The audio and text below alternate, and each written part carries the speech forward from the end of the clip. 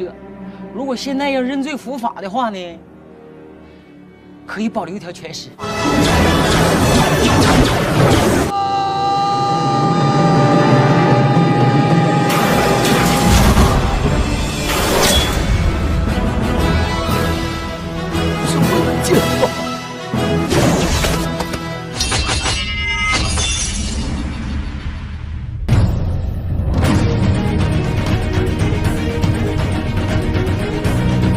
Halo bro bray dimanapun Anda berada.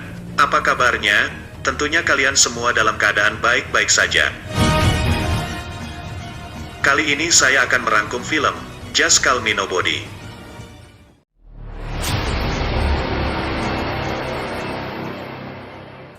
Film ini mengisahkan perjalanan seorang pria imut yang memiliki profesi sebagai tukang sol sepatu yang bertampang culun, kemayu, dan gemulai.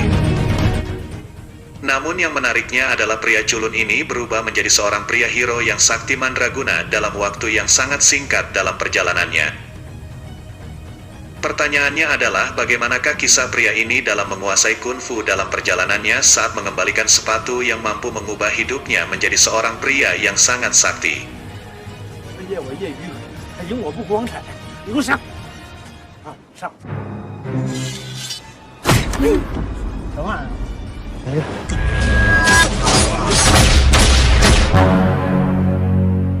Cerita diawali dengan seorang ayah yang akan pergi ke medan perang dan mulai berpamitan kepada keluarganya. Saat itu sang ayah yang menggendong anaknya yang masih bayi berkata kepada anaknya yang diketahui bernama Ude, kalau dirinya kelak kembali jika anaknya nanti sudah bisa berbahasa Inggris. Yang我儿 去养我干啥？ Sang istri pun terheran-heran dan bertanya mengapa bahasa Inggris itu penting. Sang ayah berkata, dengan kemajuan zaman yang begitu cepat, kelak bahasa asing akan bermanfaat bagi sang anak. Singkat cerita, waktu pun berlalu begitu cepat setelah sekian lama sang suami pergi ke medan perang. Terlihat sang istri yang mulai mengajarkan anaknya bahasa Inggris. Dengan berbekal tulisan yang dicetak menggunakan printer milik tetangga, sang ibu pun dengan tekun mengajarkan sang anak.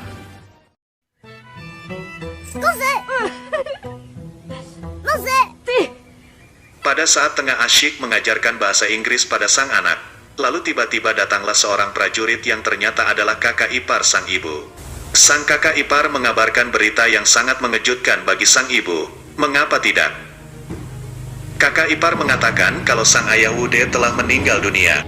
小丽，你怎么来了？你哥呢？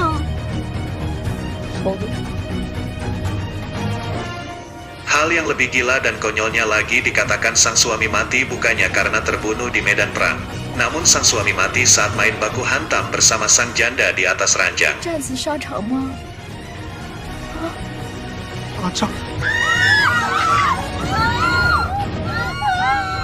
？Ini bisa disimpulkan bahwa sang ayah kelelahan karena saking menikmati sensasi baku hantam sehingga menyebabkan sang ayah lupa bernafas.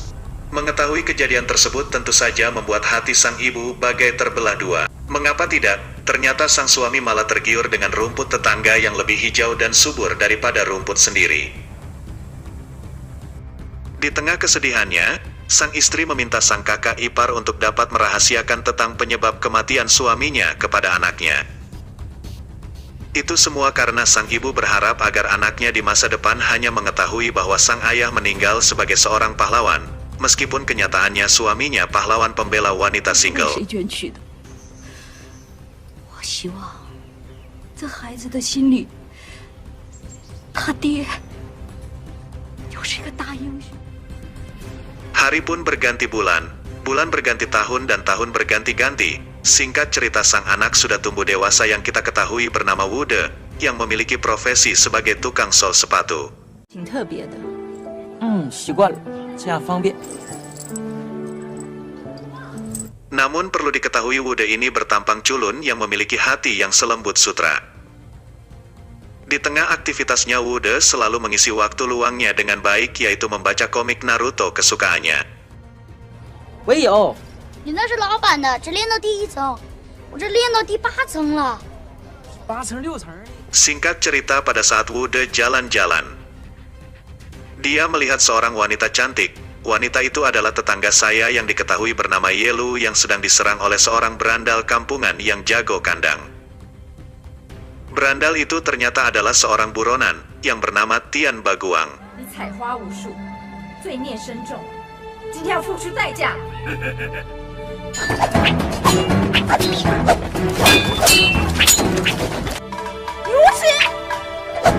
Sebagai seorang laki-laki kemayu berhati lembut, tentu saja Wude tidak akan tega melihat wanita dianiaya oleh seorang berandal kampungan. Dengan antusias ia melempar sepatunya tepat mengenai muka sang berandal tersebut.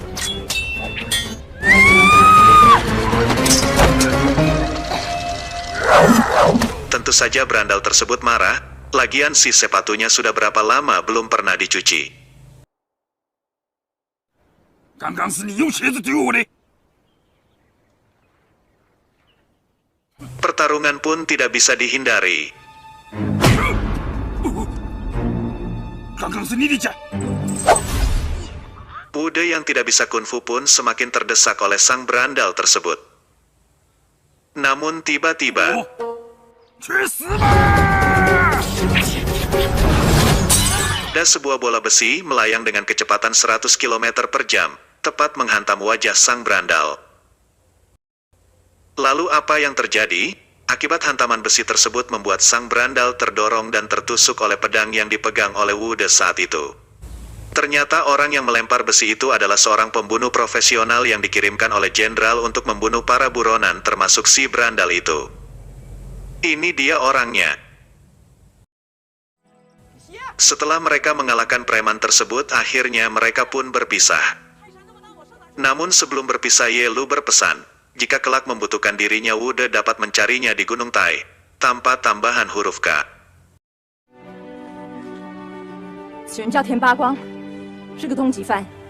Lalu setelah sampai di rumah, Wude memperbaiki sepatu milik Yelu yang sudah rusak akibat pertarungan tadi, dan berniat mengembalikannya agar dapat digunakan kembali oleh Yelu nanti.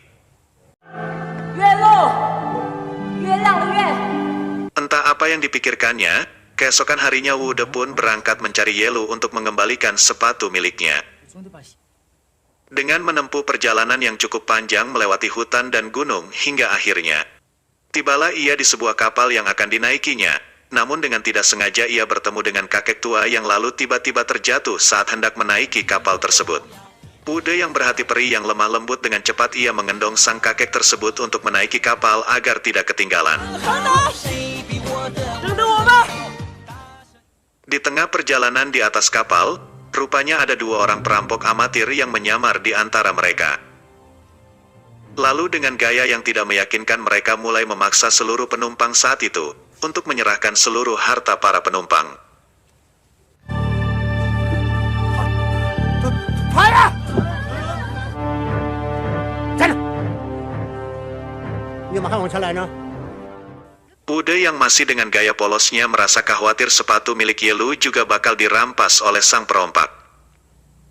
Kemudian dengan polosnya dia bermaksud untuk menyembunyikan sepatu tersebut di balik bajunya. Namun sang perampok yang tidak kalah polos dan bodohnya mengetahui niat Wude yang ingin menyembunyikan sesuatu di balik bajunya. 看谁这是什么？鞋呀，挺值钱吗？放着。 Akhirnya pertarungan pun tak bisa dihindari. Wude yang saat itu berbekal kungfu yang ia pelajari dari buku komik Naruto pun berusaha untuk melawan sang perampok. 这什么活儿？这是太厉害！这是脚活儿，跟 Hal tidak terduga pun terjadi ketika dirinya mulai terdesak oleh sang perampok. Sang kakek yang ia tolong tadi ternyata adalah seorang master kungfu. Hal itu terbukti karena sang kakek dapat menghindari serangan sang perampok hanya dengan cara menekan lantai saja tubuhnya bisa melayang seperti kapas. Karena berkat kekuatan sang kakek akhirnya Wude pun berhasil mengalahkan sang perampok dalam pertarungan itu.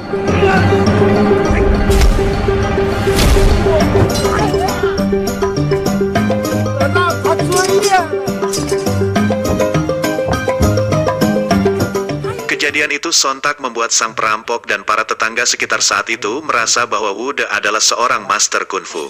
Padahal sebenarnya kalau melihat tampang Wude saat itu, Mungkin mengangkat senjata yang ada di balik celananya saja mungkin Wude tidak sanggup.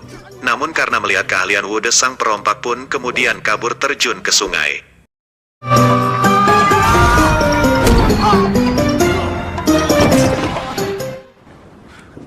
快说吧，言多必失，赶紧走吧。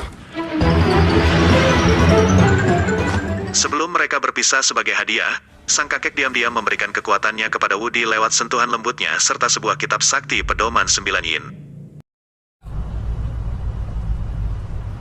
小伙子，没事吧？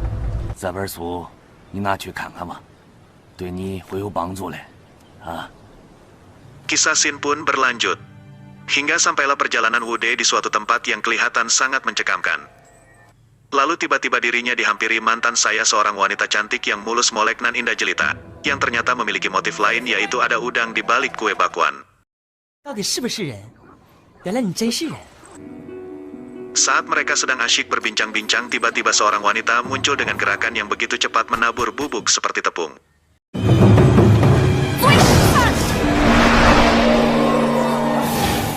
Namun celakanya tepung tersebut malah balik arah dan terkena wajah wanita tersebut. Baru diketahui rupanya kakak beradik yang sama-sama bangsatnya itu sudah bersekongkol untuk mencelakai Wude.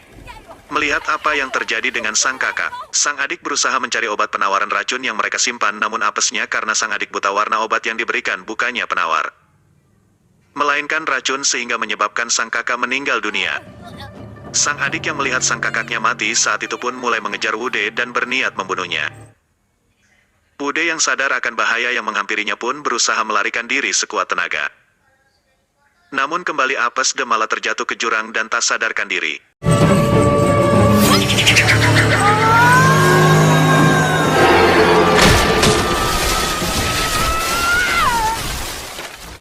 Rupanya di bawah jurang adalah kediaman seorang kakek gondrong kumal yang terlihat seperti orang yang sudah lama tidak mandi pakai rinso, yang ternyata adalah master kungfu bernama Tutuo.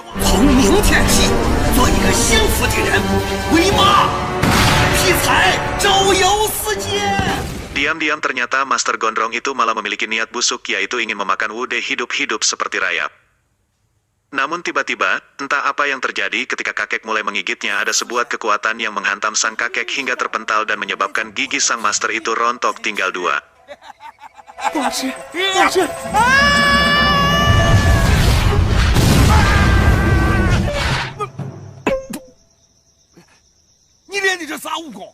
Setelah kejadian tersebut, sang kakek gondrong menyadari bahwa ada kekuatan musuhnya yang ia cari selama ini berada di dalam tubuh Wude. 后兔，俺是不会跟你比武的，别再纠缠我了。当初是你找我来，没有匕首分开，我要匕。俺说过了，不可能的。